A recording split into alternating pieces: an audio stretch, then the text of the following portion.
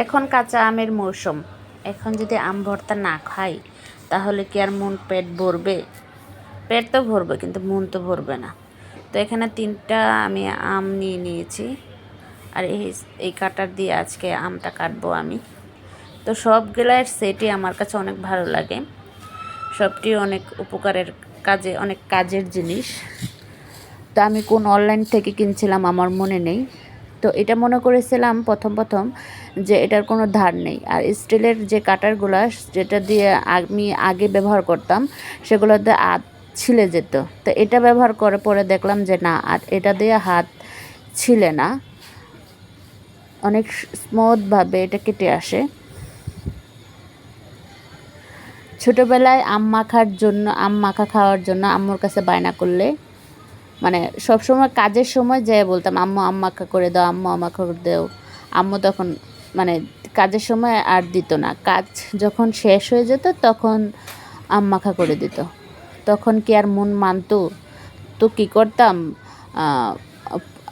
পলিথিনের ভিতরে মরিচের গুঁড়া, তারপর লবণ নিয়ে, তারপর আম গাছের থেকে পেড়ে, তারপর মাটিতে ফাটিয়ে, তারপরে সেই আম লবণ দা আর মরিচ দা খেতাম।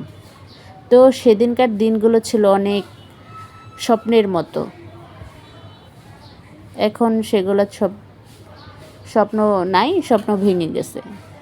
সেগুলো আর মনে পড়ে না, এখন বড়বেলা হয়ে গেছে। ছোটোবেলা তো সব কিছুই ভালো লাগতো স্বপ্নের মতো। তো এটা দিয়ে এই কাটার দিয়ে আমি এটা কাটতে চেয়েছিলাম, তো তখন দেখলাম না, এটা তো কাটা যায় না, অনেক শক্ত আঁটি হয়ে গেছে।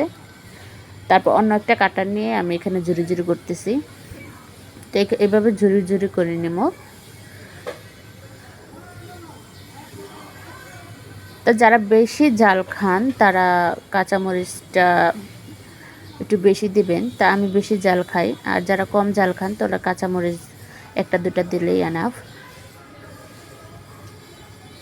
তা আমি যেহেতু বেশি ঝাল খাই তো বেশি করে কাঁচামরিচ দিয়েছি এখানে।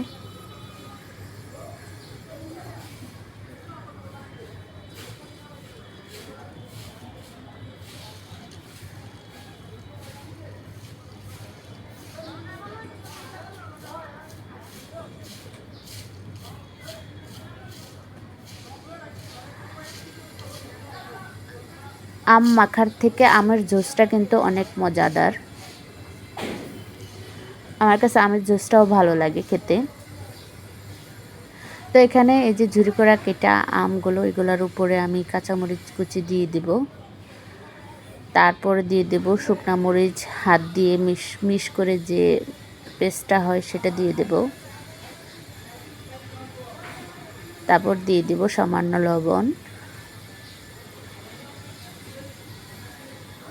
তারপরে এখানে দিয়ে দেব আমি চিনি। যারা চিনি না খান তারা চিনি নাও দিতে পারেন। তো আমার বাচ্চারা যেহেতু আমার সাথে খাবে, তো এর জন্য চিনি দিয়েছি। আমি আবার চিনি ছাড়াও আম মাখাটা ভালো লাগে। এখানে যদি কাসুন্দি হতো না তাহলে যা মজা লাগতো, কিন্তু এখন বর্তমানে আমার হাতের কাছে কাসুন্দি নেই, তার জন্য এভাবেই আমি বানাচ্ছি আজকে।